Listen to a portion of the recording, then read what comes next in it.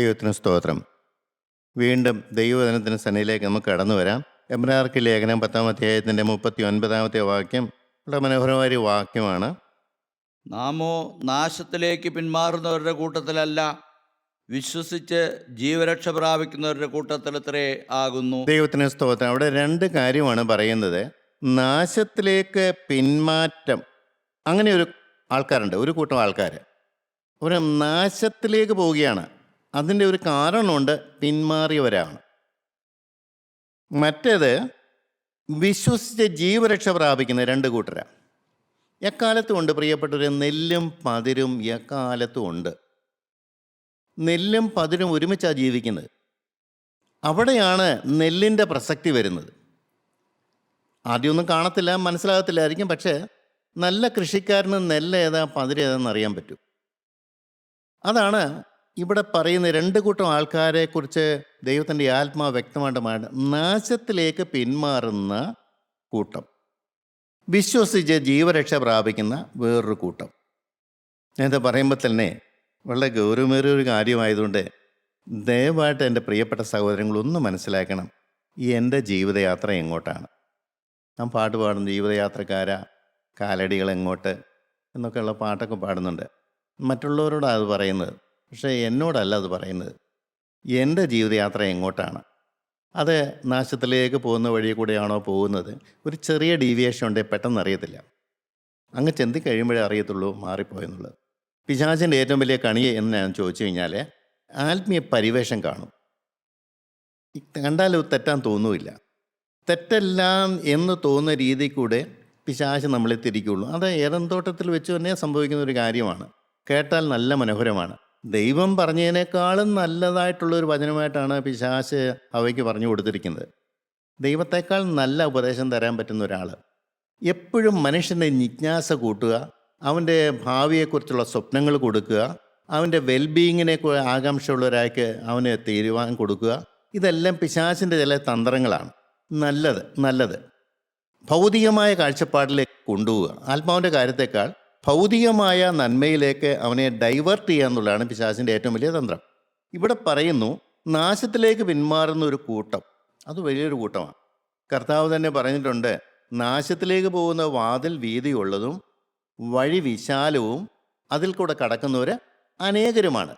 എല്ലാവർക്കും അക്സെപ്റ്റബിളായിട്ടുള്ള, എല്ലാവർക്കും സ്വീകാര്യമായിട്ടുള്ള വഴിയാണത്. അത് വീതിയുള്ള വാതിലാണ്, കണ്ടെത്താൻ എളുപ്പമാണ്, അധ്വാനമൊന്നും വേണ്ട. അത് പോകുന്നവർ അനേകരാണ്. എൻ്റെ ദൈവത്തിന് സ്തോത്രം. ഒരു പ്രശ്നങ്ങളൊന്നുമില്ല. ആടിപ്പാടി രസിച്ച ഈ ലോകത്തിൻ്റെ സന്തോഷങ്ങളും മട്ടുകളും എല്ലാം ഊറ്റി കുടിച്ചുകൊണ്ട് അനേകർ പോകുന്നവരെ അങ്ങ് പോകാം. പേരിന് വല്ലതൊക്കെ കണ്ണുന്നിരിക്കും, പ്രാർത്ഥന കണ്ണുന്നിരിക്കും, പള്ളിയിൽ പോയെന്നിരിക്കും. നാശത്തിലേക്ക് പോകുന്നവരാകുന്ന. എന്നാൽ കർത്താവ് പറയുന്നു, ജീവങ്കിലേക്ക് പോകുന്ന വാതിൽ ഇടുക്കവും ഞെരുക്കവും. വഴി ഞെരുക്കമുള്ളതാണ്. പോകുന്നവർ വളരെ ചുരുക്കം പേരാണ്. അവസാനം ഒരു വാക്കോട് പറയേണ്ടത്, കണ്ടെത്തുന്നവർ വലിയ ചുരുക്കമാണ്. എൻ്റെ ദൈവത്തിന് സ്തോത്രം. വളരെ ചുരുക്കം പേർ കണ്ടെത്തുന്ന വാതിൽ. എന്നാൽ നാശത്തിലേക്ക് പോകുന്നവരുടെ കൂട്ടം എന്ന് പറഞ്ഞാൽ അത് വലിയൊരു കൂട്ടമാണ്. അത് വളരെ എളുപ്പമുള്ള വഴിയാണ്. കൊരിന്ത്യർക്കെഴുതിയ 1-ാമത്തെ ലേഖനം അതിന് 2-ാം അധ്യായത്തിൻ്റെ 14-ാമത്തെ വാക്യം. എന്നാൽ പ്രാകൃത മനുഷ്യൻ ദൈവാത്മാവിൻ്റെ ഉപദേശം കൈക്കൊള്ളുന്നില്ല. എന്നാൽ പ്രാകൃത മനുഷ്യൻ ദൈവാത്മാവിൻ്റെ ഉപദേശം കൈക്കൊള്ളില്ല. അപ്പോൾ ഒരു പ്രാകൃത മനുഷ്യൻ എന്ന് പറഞ്ഞൊരു മനുഷ്യനുണ്ട്. അവർക്ക് ദൈവത്തിൻ്റെ വചനം അല്പം പോലും സ്വീകാര്യമല്ല. ദൈവത്തെ വിശ്വാസമില്ല, ദൈവത്തിൻ്റെ വചനത്തെ വിശ്വാസമില്ല, ആത്മാവിൻ്റെ അവസ്ഥയെക്കുറിച്ച് അറിയണമെന്ന് ആഗ്രഹമില്ല, ആത്മാവിൻ്റെ അവസ്ഥ അറിഞ്ഞ് ബന്ധനം അഴിക്കണമെന്ന് ആഗ്രഹമില്ല, സ്വർഗരാജ്യത്തിൽ പോകണമെന്ന് വലിയ താല്പര്യമൊന്നുമില്ല, നരകമുണ്ടോ സ്വർഗമുണ്ടോ അവർക്കൊരു വിഷയമല്ല. ഇവിടെ തന്നെയാണ് സ്വർഗവും നരകവും എന്നൊക്കെ പറഞ്ഞുകൊണ്ട് പോകുന്ന അനേകരുണ്ട്. ഞാൻ കണ്ടിട്ടുണ്ട് അനേകരങ്ങനെ. ഇവിടെയാണ് എല്ലാം. ഇവിടെ നന്നായിട്ട് ജീവിച്ചാൽ മതി എന്ന് പറയുന്നു. മരണക്കിടക്കർക്ക് അവർ ചിന്തിക്കുന്നില്ല. 1:18 വരുന്നുണ്ട്, ക്രൂശിൻ്റെ വചനം നശിച്ചു പോകുന്നവർക്ക് പോഷത്വവും രക്ഷിക്കപ്പെടുന്ന നമുക്കോ ദൈവശക്തിയുമാവുന്നു. അപ്പോൾ അവിടെ തന്നെ പണ്ട് തൊട്ട് തന്നെയുണ്ട് ഈ വേർതിരിവ്. ഒരു വലിയൊരു കൂട്ടം ജനങ്ങൾ ക്രൂശോ ക്രൂശിൻ്റെ വചനമോ ഒന്നും അവർക്കൊരു വിഷയമല്ല. രക്ഷ അവർക്ക് വിഷയമല്ല. അവർക്ക് രക്ഷപ്പെടേണ്ട ഒരു ആവശ്യം തോന്നുന്നില്ല. അത്രമേൽ അവരുടെ ആത്മാവിൻ്റെ അവസ്ഥ പിശാച് അന്ധമാക്കി വെച്ചിരിക്കുകയാണ്. അങ്ങനെ ആത്മാവിൻ്റെ അവസ്ഥയെക്കുറിച്ച് ചിന്തിക്കാൻ അവർക്ക് അല്പം പോലും താല്പര്യമില്ലാത്ത രീതിയിൽ പിശാച് അവരെ നിയന്ത്രിക്കുകയാണ്. എൻ്റെ സഹോദരങ്ങൾ, വളരെ സങ്കടകരമായ ഒരു കാര്യമാണ്. എത്രയോ പേരെ നമ്മൾ കാണുന്നുണ്ട്, പക്ഷെ നമുക്കാർക്കും ഒന്നും ചെയ്യാൻ പറ്റത്തില്ല. ദൈവത്തിൻ്റെ വചനം എല്ലാവർക്കും കൊടുക്കുന്നുണ്ട്, സ്വീകരിക്കുന്ന എത്ര പേരാണെന്ന് നമുക്കറിയാൻ പാടില്ല. ഇവിടെ പറയുന്നത് ആ നശിച്ചു പോകുന്നതിൻ്റെ ലക്ഷണം എന്താണെന്ന് ചോദിച്ചു കഴിഞ്ഞാൽ ദൈവവചനം കേൾക്കാൻ താല്പര്യമില്ല. ദൈവത്തിൻ്റെ വചനം രക്ഷയിലേക്കുള്ള വചനമാണ്. അത് ആത്മാവിൻ്റെ വഴിയാണ്, അത് രക്ഷകൻ്റെ വഴിയാണ്, അത് ദൈവത്തിൻ്റെ വഴിയാണ്, അത് ദൈവസ്നേഹത്തിൻ്റെ വഴിയാണ്. അത് മനുഷ്യൻ തിരിച്ചറിയാൻ പറ്റുന്നില്ലെങ്കിൽ അവൻ തന്നെത്താൻ ദൈവത്തിന് അകന്നു പോകുന്ന.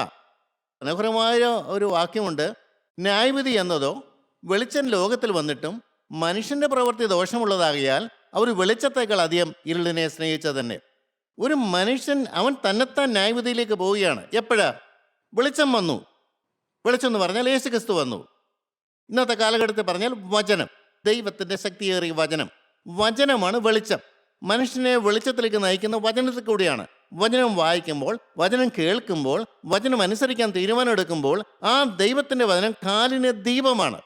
നമ്മളെ ജീവനിലേക്ക് അത് വഴി നടത്തും, ക്രൂശിലേക്ക് അത് വഴി നടത്തും, യേശു ക്രിസ്തുവിൻ്റെ കാൽപാദങ്ങൾ കൊണ്ട് നമ്മൾ എത്തിക്കും. അവിടെ പാപബോധത്തിൻ്റെ കുറ്റബോധത്തിൻ്റെ ആത്മാവ് നമ്മൾ ക്രിയേറ്റ് ചെയ്തിട്ട് നമ്മുടെ പാപങ്ങൾ വലുതാണെന്ന് മനസ്സിലാക്കി ആ പാപച്ചുമടെല്ലാം ക്രൂശിൻ്റെ ചൂടിലേക്ക് ഇട്ടുകൊടുത്തിട്ട് അവൻ്റെ പരിശുദ്ധ രക്തം കൊണ്ട് ഇതിന് പരിഹാരമുണ്ടെന്നുള്ള വിശ്വാസം നമുക്ക് ലഭിച്ച് നമ്മളെ പുതിയ സൃഷ്ടിയാക്കുന്ന മനോഹരമായ വഴി. അതാണ് വെളിച്ചത്തിൻ്റെ വഴി, സ്വർഗരാജ്യത്തിലേക്കുള്ള വഴി, ഇടുക്കവും ഞെരുക്കമുള്ള വഴി, ജീവൻ്റെ വഴി, ദൈവത്തിൻ്റെ വഴി, രക്ഷയുടെ വഴി, ജീവൻ്റെ മാർഗം. എന്നാൽ പ്രാകൃത മനുഷ്യൻ ഇതൊന്നും ഒരു വിഷയമുള്ള കാര്യമല്ല. അവനിത് കേൾക്കുകയും വേണ്ട, അവന് ലോകകാര്യങ്ങൾ മാത്രം മതി. അവന് ബുദ്ധിയുടെ കാര്യമാണ് അവൻ്റെ വിഷയം. ബുദ്ധി കൊണ്ട് പലതും നേടാൻ കഴിയുമെന്നാണ് അവൻ്റെ ചിന്താഗതി. അവന് ദൈവത്തിൻ്റെ വഴികളൊന്നും ഇഷ്ടമല്ല, ദൈവത്തിന് പിന്നാലെ പോകുന്ന താല്പര്യം. ഞാൻ ഇഷ്ടംപോലെ ആൾക്കാരെ കണ്ടിട്ടുണ്ട്. റോമർക്ക് ലേഖനം 1-ാം അധ്യായത്തിൻ്റെ 21-ാമത്തെ വാക്യത്തിൽ പറയുന്നു, അവരുടെ ഹൃദയം ഇരുണ്ടുപോയെന്നാണ് പറയുന്നത്. അവരെപ്പോൾ ദൈവത്തെ സ്വീകരിക്കാതിരിക്കുന്നുവോ, അവർ ദൈവത്തിൻ്റെ വചനത്തെ തള്ളിക്കളയുന്നുവോ, അവർ ദൈവത്തെ മാനിക്കാതിരിക്കുന്നുവോ, അപ്പോൾ അവരുടെ ഹൃദയം ഇരുണ്ടുപോകുന്നു. ദൈവത്തിന് സ്തോത്രം. വേണമെന്ന് വായിച്ചു നോക്കിയാൽ റോമർക്ക് ലേഖനം 1-ാം അധ്യായത്തിൻ്റെ 21-ാമത്തെ വാക്യം. അവർ ദൈവത്തെ അറിഞ്ഞിട്ടും അവനെ ദൈവമെന്ന് ഓർത്ത് മഹത്വീകരിക്കുകയോ നന്ദി കാണിക്കുകയോ ചെയ്യാതെ തങ്ങളുടെ നിരൂപണങ്ങളിൽ വ്യർത്ഥരായി തീർന്നു. അവരുടെ വിവേകമില്ലാത്ത ഹൃദയം ഇരുണ്ടുപോയി. ദൈവം ഉണ്ടെന്നറിഞ്ഞിട്ടും, രക്ഷകൻ ഭൂമിയിലേക്ക് വന്നെന്നറിഞ്ഞിട്ടും രക്ഷകന്റെ വിളി കേൾക്കാതെ, രക്ഷകനെ മാനിക്കാതെ, രക്ഷകനെ ബഹുമാനിക്കാതെ, രക്ഷകന്റെ അടുത്തേക്ക് ചെല്ലാൻ മനസ്സില്ലാതെ അങ്ങനെ ഇരിക്കുമ്പോൾ എന്തു പറ്റുമെന്നറിയാമോ? ദൈവത്തോട് നന്ദി കാണിക്കുന്നില്ല, ദൈവത്തോട് സ്നേഹം കാണിക്കുന്നില്ല, ദൈവത്തെ ദൈവമായിട്ട് അംഗീകരിക്കുന്നില്ല. എന്തു പറ്റുന്നു? അവരുടെ നിരൂപണങ്ങൾ വ്യർത്ഥരായി തീർന്നു. അവരുടെ വിവേകമില്ലാത്ത ഹൃദയം ഇരുണ്ടുപോയി. ഹൃദയം ഇരുണ്ടിരിക്കുന്ന ഒരു ജീവിതം, അവിടെ സകല പാവങ്ങളുമുണ്ട്, സകല ലോകവുമുണ്ട്, ലോക ഇമ്പങ്ങളുണ്ട്, എല്ലാ വേണ്ടാധീനങ്ങളുമുണ്ട്. നമ്മളൊന്ന് ചിന്തിക്കണം. ഇന്ന് യോഗത്തിന് വിളിച്ചു കഴിഞ്ഞാൽ അനേകർക്ക് വരാൻ താല്പര്യമില്ല. ഞങ്ങൾക്ക് പള്ളിയുണ്ട്, ദേവാലയമുണ്ട്, ഞങ്ങൾക്ക് പ്രാർത്ഥനയുണ്ട്, നോയമ്പുണ്ട്, മറ്റേ എല്ലാം ഒത്തിരി കാര്യങ്ങൾ പറയും. എന്നാൽ ഇവിടെ പറയുന്നത് ദൈവത്തിൻ്റെ വചനമാണ്.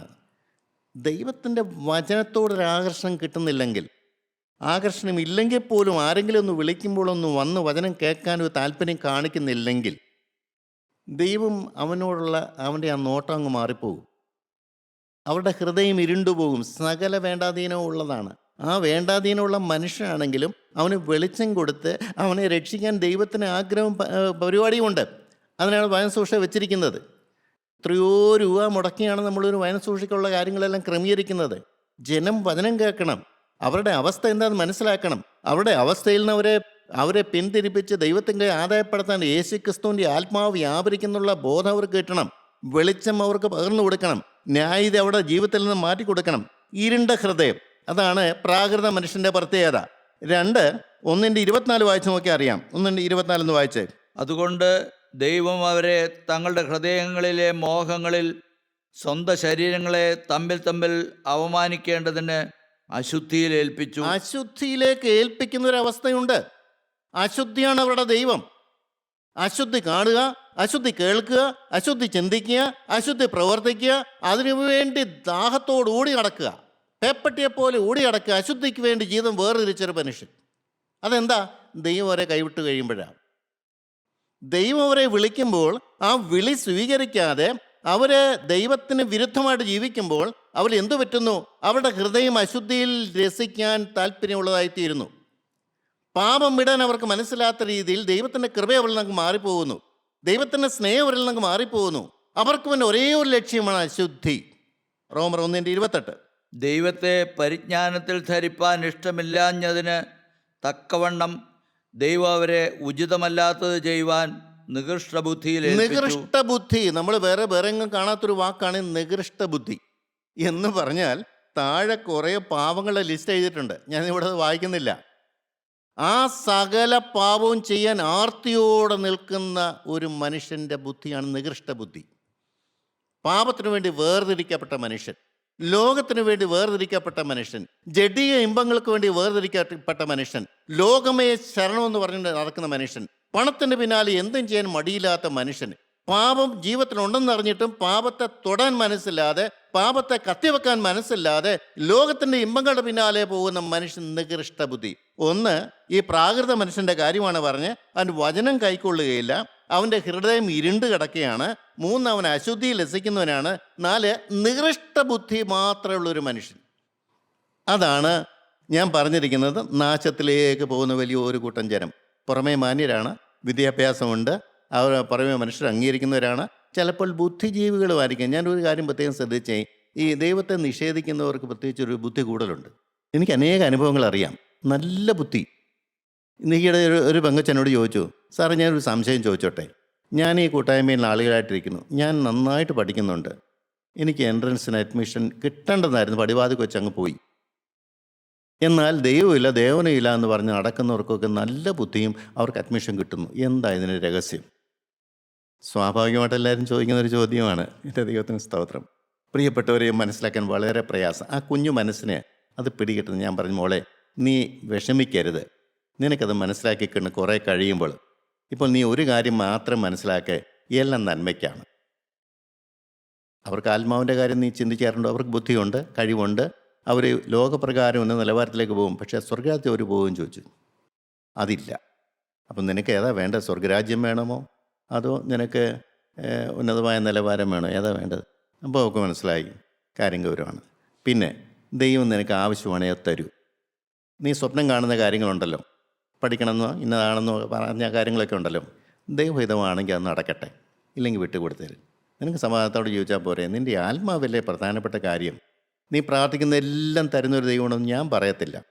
എൻ്റെ ജീവിതം അങ്ങനെ ആയിരുന്നില്ല. എൻ്റെ ദൈവത്തിന് സ്തോത്രം. പക്ഷേ എനിക്കൊരു കാര്യം അറിയാം, എനിക്ക് MBBS വേണമെന്ന് ഭയങ്കര നിർബന്ധമായിരുന്നു, ആഗ്രഹമുണ്ടായിരുന്നു. അന്നത്തെ കാലത്ത് ഞാൻ ഗ്രാമത്തിൽ വളർന്ന ഒരു മനുഷ്യനായതുകൊണ്ട് അങ്ങനെയുള്ള കോച്ചിങ് ഒന്നുമില്ല, പഠിച്ചു.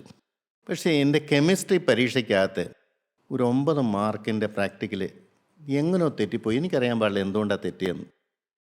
തെറ്റേണ്ടതല്ല, എനിക്കറിയാവുന്നതാണ്, പക്ഷേ എങ്ങനെയോ തെറ്റിപ്പോയി. 9 മാർക്ക് കുറഞ്ഞുകൂടി എനിക്ക് MBBS അഡ്മിഷൻ കിട്ടാണ്ടായി. അന്ന് എനിക്ക് മനസ്സിലായില്ല എന്താ കാര്യം. പിന്നീടാണ് എനിക്ക് മനസ്സിലായത്, അന്ന് എനിക്ക് 9 മാർക്ക് കിട്ടിയിരുന്നെങ്കിൽ തീർച്ചയായിട്ടും എനിക്ക് MBBS അഡ്മിഷൻ കിട്ടും. ഞങ്ങളുടെ അടുത്ത് കോട്ടയമാണ്, കോട്ടയം മെഡിക്കൽ കോളേജിന് എനിക്ക് അഡ്മിഷൻ കിട്ടും. ഒരു കാലത്തും ഞാൻ ദൈവത്തെ കണ്ടെത്തില്ല, ഒരു കാരണവശാലും. ഞാൻ ഈ ജീവൻ്റെ വഴിയെ വരാനുള്ള യാതൊരു സാധ്യതയില്ല. ഞാൻ തിരുവനന്തപുരത്ത് BDSന് പോയതുകൊണ്ടാണ് എനിക്ക് ഈ കൂട്ടായ്മയോട് ബന്ധപ്പെടാൻ കഴിഞ്ഞത്. രക്ഷയുടെ കാര്യം മനസ്സിലായത്, എനിക്ക് ഒരു മാനസാന്തരം കിട്ടിയതിൻ്റെ അടിസ്ഥാനം അതാണ്. അപ്പോൾ ദൈവം എൻ്റെ ആത്മാവിനെ കരുതി എൻ്റെ ഭാവി ലോകപ്രകാരമുള്ള ഭാവിയല്ല കരുതി. ഞാൻ ഈ കാര്യം കൊച്ചിനോട് പറഞ്ഞു കൊടുത്തു. ഏതാ നല്ലത്? അന്ന് മനസ്സിലായില്ല, സാരമില്ല. പക്ഷെ പിന്നെ എനിക്ക് മനസ്സിലായി, എൻ്റെ ദൈവമേ നിൻ്റെ കാര്യപരിപാടി എത്ര മനോഹരം. ആ 9 മാർക്ക് കളയാൻ വേണ്ടി കർത്താവ് എന്തോരം അധ്വാനിച്ചതാണ്. മനസ്സിലാവില്ല, എല്ലാവർക്കും മനസ്സിലാവില്ല. ഞാൻ പറയും, കർത്താവ് അധ്വാനിച്ചിട്ടാണ് എനിക്ക് ആ 9 മാർക്ക് കിട്ടാതെ പോയത്.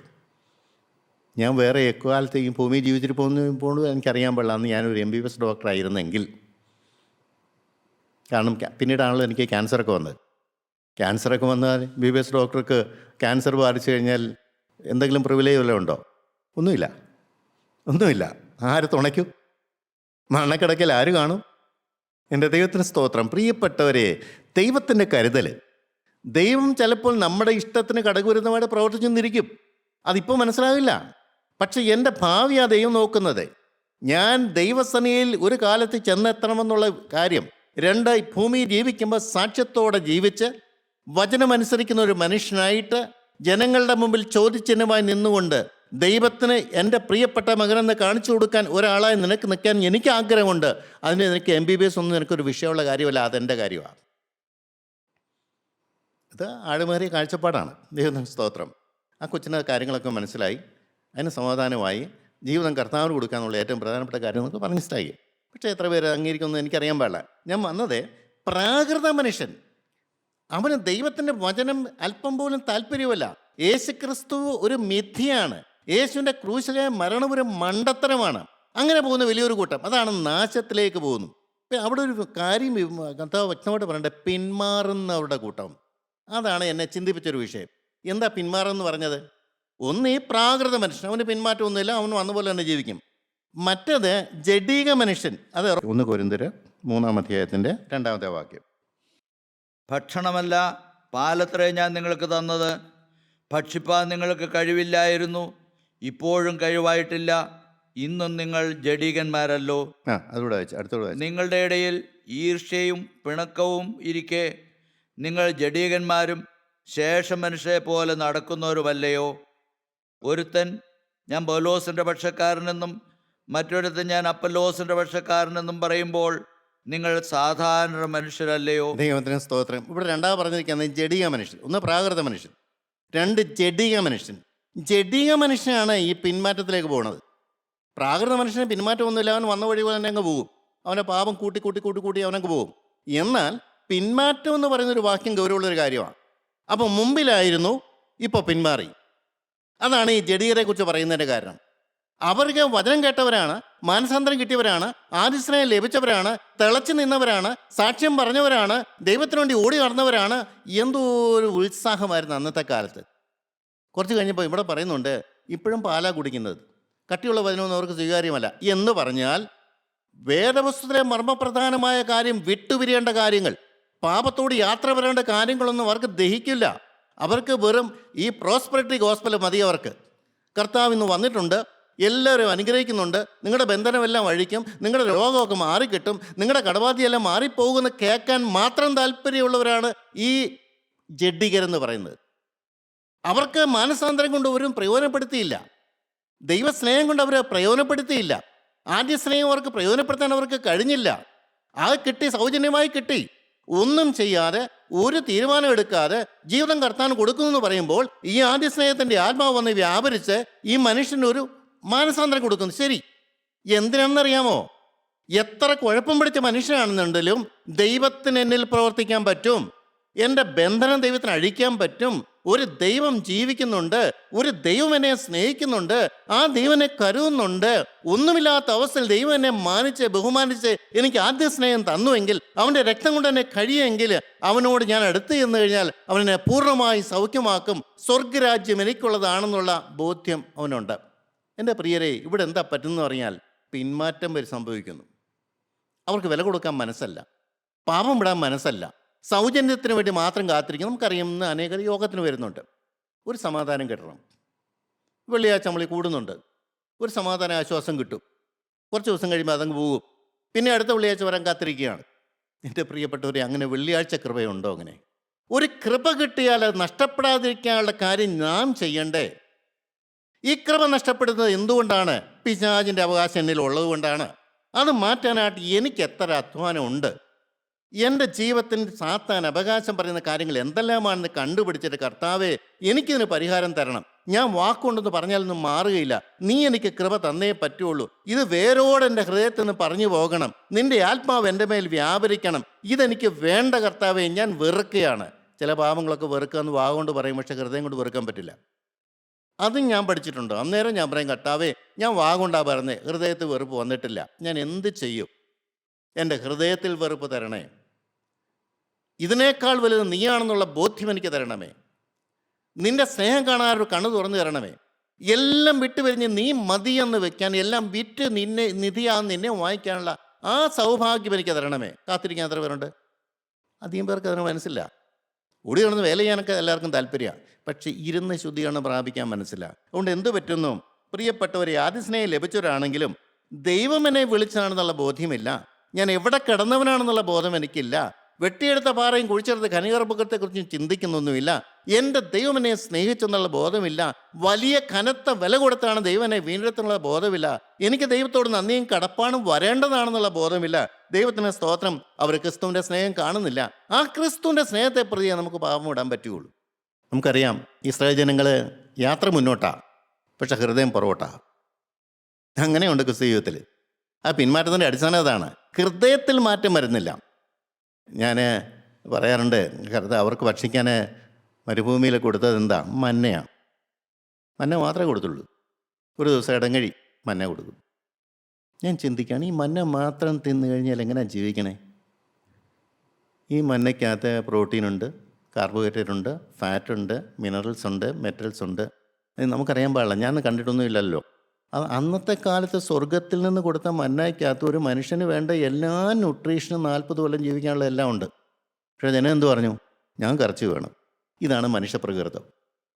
മനുഷ്യൻ്റെ പിന്മാറ്റത്തിൻ്റെ കാരണം അവിടെയാണ്. ദൈവം അവർക്ക് കൊടുത്തതിൽ അവർ സംതൃപ്തരല്ല. ഞങ്ങൾക്ക് ഇന്നത് വേണം. ഞാൻ മിസ്രൈമിൽ ചുറ്റുള്ളി ഉണ്ടായിരുന്നു, വെള്ളരിക്ക ഉണ്ടായിരുന്നു, മത്തക്ക ഉണ്ടായിരുന്നു, ഇറച്ചിക്കലങ്ങളുണ്ടായിരുന്നു. അവിടെ ചാട്ടവാറിൻ്റെ അടി ഉണ്ടെങ്കിലും ഞങ്ങൾക്ക് ഭക്ഷണമൊക്കെ ഇഷ്ടം പോലെ ഉണ്ട്. ലോക സുഖങ്ങളും ജടീയ സുഖങ്ങളും എല്ലാം ഇഷ്ടം പോലെ ഉണ്ട്. അവർ കമ്പയർ ചെയ്യുക, മരുഭൂമി യാത്ര വേണോ അതോ മിസ്രൈമിലെ ചാട്ടവാറിൻ്റെ അടി കിട്ടിയാലും മറ്റൊക്കെ കിട്ടുമല്ലോ. അവർ തന്നെത്താൻ തീരുമാനിക്കുക. ഇതാണ് ഈ ജടീയ മനുഷ്യൻ എന്ന് പറഞ്ഞതിൻ്റെ കാര്യം. അവർക്കെല്ലാം വേണം, ദൈവവും വേണം. നടക്കില്ലല്ലോ, ഒരു കാരണവശാലും നടക്കില്ല. അതുകൊണ്ടാണ് അവർ സീനാമലയുടെ താഴ്വരയിൽ വന്നപ്പോൾ കാളക്കുട്ടി പുറത്തു വന്നു. ബാലിൻ്റെ ദൈവമായ കാളക്കുട്ടി, ഇതാ സ്വർണത്തിൽ തിളങ്ങുന്ന കാളക്കുട്ടി അവരുടെ മുമ്പിൽ വന്നു. അവർക്ക് ഭയങ്കര സന്തോഷമായി. അവരെ സത്യത്തിലും ആത്മാവിൽ നമസ്കരിക്കുന്ന യഹോവയെ അവർ കാണാൻ സാധിച്ചില്ല. പിന്മാറിപ്പോയി. അതാണ് നാശത്തിലേക്ക് പിന്മാറുന്ന കൂട്ടമെന്ന് പറയുന്നത്. ഈ കാലഘട്ടത്തിൽ ഏറ്റവും വളരെ ഉള്ളവരാണ് പ്രിയരെ. അത് വെറും പ്രകടമായ പ്രാകൃത മനുഷ്യരല്ല. കൂട്ടായ്മയിൽ വന്ന് രക്ഷ കിട്ടിയവർ, ആദിസ്നയിൽ ലഭിച്ചവർ, സ്വർഗീയദാനം ആസ്വദിച്ചവർ, എൻ്റെ ദൈവത്തിന് സ്തോത്രം, പ്രിയപ്പെട്ടവരെ, വചനം കിട്ടിയവർ, കൃപ ലഭിച്ചവർ, അവർ പിന്മാറി പോകുന്നു. അവർ തന്നെ അറിയുന്നില്ല. മൂന്നാമത്തെ കാര്യമാണ് വിശ്വസിച്ച് ജീവരക്ഷ പ്രാപിക്കുക. അതൊരു ചെറിയ കൂട്ടം ജനങ്ങളെ കാണുകയുള്ളൂ. ഒരിക്കലും ദൈവവിളി കിട്ടാൻ അവർക്ക് സാധ്യതയില്ലാത്തതാണെന്ന് അവർക്കറിയാം. സ്നേഹവാനായ യേശുവിൻ്റെ വിളിയാണെന്ന് അവർക്ക് വ്യക്തമായി തിരിച്ചറിഞ്ഞു. ക്രൂശിലെ രക്ഷ അവർ കണ്ടെത്തിയവരാണ്. യേശു മരിച്ചത് എൻ്റെ പാപത്തിനു വേണ്ടിയാണെന്ന് വ്യക്തമായി ബോധ്യം കിട്ടിയവരാണ്. യേശുവിൻ്റെ രക്തം കൊണ്ടാണ് എൻ്റെ പാപം കഴുകി കിട്ടിയെന്നുള്ള ബോധ്യമുണ്ട്. യേശുവിനോട് തീർത്താൽ തീരാത്ത നന്ദിയും കടപ്പാടും കൊണ്ട് അവരുടെ ഹൃദയം നിറയും. സ്തോത്രം. അവരൊരിക്കലും തലപൊക്കുകയില്ല, അവരൊരിക്കലും പ്രശംസിക്കുകയില്ല. എൻ്റെ ദൈവത്തിന് സ്തോത്രം, ഞാൻ എവിടെ കടന്നവനാണ്? എൻ്റെ വീട്ടിൽ ഏറ്റവും ചൂത്തിയായിരുന്നതാണല്ലോ ഞാൻ. ഈ ദൈവനെ സ്നേഹിക്കാനുള്ള കാരണം എന്താണെന്ന് മനസ്സിലാക്കി അവൻ്റെ കാൽപ്പാദത്തിൽ വീണ് ഇത് മുഖം പൊത്തിപ്പിടിച്ചുകൊണ്ട് കരയാനല്ലാതെ വേറെ ഒന്നും കഴിയില്ല. എത്ര വലിയ ബന്ധനങ്ങൾ, എത്ര വലിയ കെട്ടുകൾ, എത്ര വലിയ കുടുക്കുകൾ, ഏതെല്ലാം പ്രവൃത്തിയിൽ പാപത്തിൽ വീണുപോയി. ആരെങ്കിലും കണ്ടാലേ ക്ഷമിക്കുമായിരുന്നോ? ദൈവം മാത്രം ക്ഷമിച്ചു. എൻ്റെ ഭാര്യ അറിഞ്ഞാൽ ഡിവോഴ്സ് ചെയ്യുമായിരുന്നു അല്ലേ? എൻ്റെ കഴിഞ്ഞ കാല ജീവിതങ്ങളൊക്കെ നോക്കിയാൽ ആർക്കും അക്കോമഡേറ്റ് ചെയ്യാൻ പറ്റില്ല. എന്നാൽ എൻ്റെ ദൈവം എൻ്റെ ഹൃദയം ചോദിച്ചു, എൻ്റെ ജീവിതം ചോദിച്ചു, എൻ്റെ ഭാവി ചോദിച്ചു. മകനെ, ഞാൻ നിൻ്റെ ഹൃദയത്തിലേക്ക് വരട്ടെ എന്ന് ചോദിച്ചു. എന്താ എൻ്റെ സ്നേഹത്തിൻ്റെ കാരണം? എന്തെന്നറിയാമോ? അധികം പേരെ ദൈവത്തിന് കിട്ടില്ല. വാസ്തവമായി ദൈവത്തിൻ്റെ സ്നേഹം തിരിച്ചറിഞ്ഞ് പാപത്തോട് യാത്ര പറഞ്ഞ് എല്ലാം വിട്ടുപിരിഞ്ഞ് അവൻ്റെ പിന്നാലെ പോയി, എനിക്ക് നിൻ്റെ കൃപ മതി, എനിക്ക് നിൻ്റെ സ്നേഹം മതി, എനിക്ക് നിൻ്റെ സാന്നിധ്യം മതി, നീ എൻ്റെ കൂടെ ഇരുന്നാൽ മതി, നീ എൻ്റെ കരം പിടിച്ചാൽ മതി, കർത്താവേ എനിക്കൊരു ശിശുഹൃദയം മതി, എനിക്കൊരു നിർമ്മല ഹൃദയം മതി, നിന്നെ സ്നേഹിക്കാനുള്ള കൃപ എനിക്ക് മതി, ലോകത്തിൻ്റെ ഒരു കാര്യവും ഞാൻ നിന്നോട് ചോദിക്കുകയില്ല, ഞാൻ പരാതിപ്പെടുകയില്ല, എനിക്ക് ഈർഷ്യ വരികയില്ല, ഞാൻ വാശി പിടിക്കുകയില്ല, എനിക്ക് വൈരാഗ്യം ഉണ്ടാകുകയില്ല, ഞാൻ ക്ഷമിച്ചോളാം കർത്താവേ, നീ എൻ്റെ ഹൃദയത്തിൽ വന്നാൽ മതിയെന്ന് നിർബന്ധം പിടിക്കുന്ന എത്ര പേരുണ്ട്? അവരാണ് വിശ്വസിച്ച് ജീവരക്ഷ പ്രാപിക്കുന്നവർ. ശുദ്ധീകരണം പ്രാപിക്കാൻ വേണ്ടി ആയുസ് വേർതിരിക്കുന്നത്. അവർക്കൊരു ആയുസ്സുണ്ട്. ഇന്നോ നാളെയോ എന്ന് പറഞ്ഞു നിൽക്കുന്നതാണെങ്കിലും അവർ ദൈവത്തോട് പ്രാർത്ഥിക്കത്താവേ ആയുസ് നീട്ടിത്തരണം. എന്താണെന്നറിയാമോ? ശുദ്ധീകരണം പ്രാപിക്കണം. സാക്ഷ്യത്തോടെ ഇവിടെ നിൽക്കണം കർത്താവേ. വേലയൊന്നും ചെയ്തില്ലെങ്കിലും സാരമില്ല, എൻ്റെ കുടുംബത്തിൻ്റെ രക്ഷയ്ക്കായിട്ട്. നോഹപ്പെട്ടവൻ പണിതുപോലെ ഈ കാലഘട്ടത്തിൽ എൻ്റെ കുടുംബത്തിൻ്റെ രക്ഷയ്ക്ക് വേണ്ടി ദൈവസേനയിൽ ഇടിവിൽ നിൽക്കാൻ ഒരു മനുഷ്യൻ. വേറെ ഒന്നും ഞാൻ ആഗ്രഹിക്കുന്നില്ല. എൻ്റെ ദൈവത്തിന് സ്തോത്രം. പ്രിയപ്പെട്ടവരെ, ജീവരക്ഷ അതിനുവേണ്ടി ആത്മാവിനായിട്ടുള്ളൊരു കാത്തിരിപ്പാണ് ഏറ്റവും പ്രധാനപ്പെട്ട. അങ്ങനെയുള്ളവരെ ആത്മാവിന് വേണ്ടി കാത്തിരിക്കും. അത് ഇന്നത്തെ കാലത്ത് പറഞ്ഞാൽ മനസ്സിലാകില്ല. ആത്മാവിന് വേണ്ടി കാത്തിരിക്കുക എന്ന് പറഞ്ഞാൽ പ്രിയൊരു വെളിച്ചം കിട്ടും, ശരിയാണ്. ഒരാതിസ്നേഹം കിട്ടും, ശരിയാണ്. നമുക്കൊരു സമാധാനം കിട്ടും, അതും ശരിയാണ്. നമുക്കൊരു സന്തോഷം കിട്ടും, ശരിയാണ്. പക്ഷെ അധികകാലം ഒന്നും നിൽക്കില്ല. നിൽക്കണമെങ്കിൽ ഈ തുരുത്തി പുതുതാക്കണം, ഈ ഹൃദയം പുതുതാക്കണം. അത് എൻ്റെ ജോലിയാണ്, ദൈവം ചെയ്തു തരത്തില്ല. ഞാൻ അത്യാവശ്യക്കാരനല്ലെങ്കിൽ എൻ്റെ ഹൃദയത്തിനകത്തുള്ള കാര്യങ്ങൾ എന്തെല്ലാമാണ് ദൈവം ദുഃഖിക്കുന്നതെന്ന് ഞാൻ ദൈവസന്നിയിരുന്ന് കണ്ടുപിടിച്ച് ദൈവത്തിൻ്റെ സന്നിയിലേക്ക് കൊണ്ട് ചെല്ലണം. കർത്താവെ, എനിക്ക് ഇന്ന കുഴപ്പങ്ങളുണ്ട്, ഇന്ന കാര്യത്തിൽ ശത്രു അവകാശം പറയുന്നുണ്ട്, ഇത് പാരമ്പര്യമായിട്ട് എനിക്ക് കിട്ടിയ ശാപനമാണ്, ഈ വലിയ ബന്ധനമാണ്. യെശയ്യാപ്രവചനത്തിൽ പറയുന്നുണ്ടല്ലോ, അന്യായ ബന്ധനങ്ങൾ അഴിക്കണം. അത് ഞാനാണ് അഴിക്കേണ്ടത്. ഞാനാണ് എവിടെല്ലാം ബന്ധനമുണ്ടെന്ന് കണ്ടുപിടിച്ചിട്ട് ദൈവസനയെ കൊണ്ടുവന്ന് ഏൽപ്പിക്കണം. കർത്താവ്, ഈ ബന്ധനം എനിക്ക് കഴിയണം. ഇവിടെയാണ് നിൻ്റെ രക്തം വീഴേണ്ടത്, ഇവിടെയാണ് നിൻ്റെ ആത്മാവ് വ്യാപരിക്കേണ്ടത്, ഇവിടെയാണ് നീ ഈ കാര്യം നോക്കേണ്ടത്, ഈ ബന്ധനമാണ് അഴിയേണ്ടത്. ഇനി ഈ ബന്ധനമായിട്ട് നിൻ്റെ മുമ്പിലേക്ക് വന്നിട്ട് പരാതി പറയാൻ എനിക്കിട വരല്ലേ കർത്താവേ, എനിക്കിത് വേണ്ട. വ്യക്തമാണോ? ഉറപ്പാണോ? ധൈര്യമുണ്ടോ ഈ കാര്യത്തിനകത്ത് ദൈവത്തോട് വാക്ക് പറയാൻ? എല്ലാം കാണുന്ന ദൈവത്തിന് മുമ്പിൽ, കർത്താവേ, ഞാൻ പാഴ്വാക്ക് പറയില്ല, ഞാൻ നിന്നെ കളിപ്പിക്കുകയില്ല, നീ എല്ലാം കാണുന്ന മനുഷ്യനാണല്ലോ, എൻ്റെ ഹൃദയത്തിനകത്ത് വേറെ മനോഭാവമാണ്, അതും എനിക്കറിയാം, അത് നീ എനിക്ക് മാറ്റിത്തരണം. ഒരു നിർമ്മലമായ ഹൃദയം ദാവീദ് ചോദിച്ചു, നീ കൊടുത്തില്ലേ കർത്താവേ? നിഷ്കളങ്കമായ ഹൃദയം ചോദിച്ചു, നീ കൊടുത്തില്ലേ? എനിക്കൊരു നിർമ്മല ഹൃദയം തരണമേ, ഒരു നിഷ്കളങ്കമായ ഹൃദയം തരണമേ. വ്യാജമെന്നിൽ വരല്ലേ, കൗശലവും കാപട്യവും വരല്ലേ കർത്താവേ. നിന്നെ സ്നേഹിക്കാൻ പൂർണ്ണ ഹൃദയത്തോടെ നിന്നെ ആരാധിപ്പാനുള്ളൊരു ഭാഗ്യം എനിക്ക് തരണേ. വിട്ടുപിരിയാനുള്ള ഇനി എന്താണെന്ന് ഓരോ സംഭവത്തിൽ കൂടെയും, ഒരു ആക്സിഡൻറ്റ് വന്നു, ഒരു കടം വന്നു, ഒരാപത്ത് വന്നു, അല്ലെ ഒരു പ്രശ്നം നമ്മൾ വിചാരിക്കുന്നതിന് കടകൂരുന്നായിട്ട് എന്തെങ്കിലും വന്നു, ഉടനെ ചിന്തിക്കണം, എന്താണ് ഇതിൻ്റെ കാരണം? പിശാച് അവകാശം പറയുന്ന കാര്യങ്ങൾ എന്തെങ്കിലും ഉണ്ടോ? കണ്ടുപിടിച്ചുകൊണ്ട് കർത്താവിൻ്റെ സന്നിധിയിലേക്ക് ചെല്ലണം. അതാണ് ശുദ്ധീകരണം പ്രാപിക്കുക എന്ന് പറയുന്നത്. 1 കൊരിന്ത്യർ 2:16 നമ്മളിപ്പോൾ വായിച്ചതിൻ്റെ മുമ്പിൽ തന്നെ ഇവിടെ ഒരു വാക്കുണ്ട്, എനിക്ക് ഭയങ്കര സന്തോഷമുള്ളൊരു വാക്കാണ്.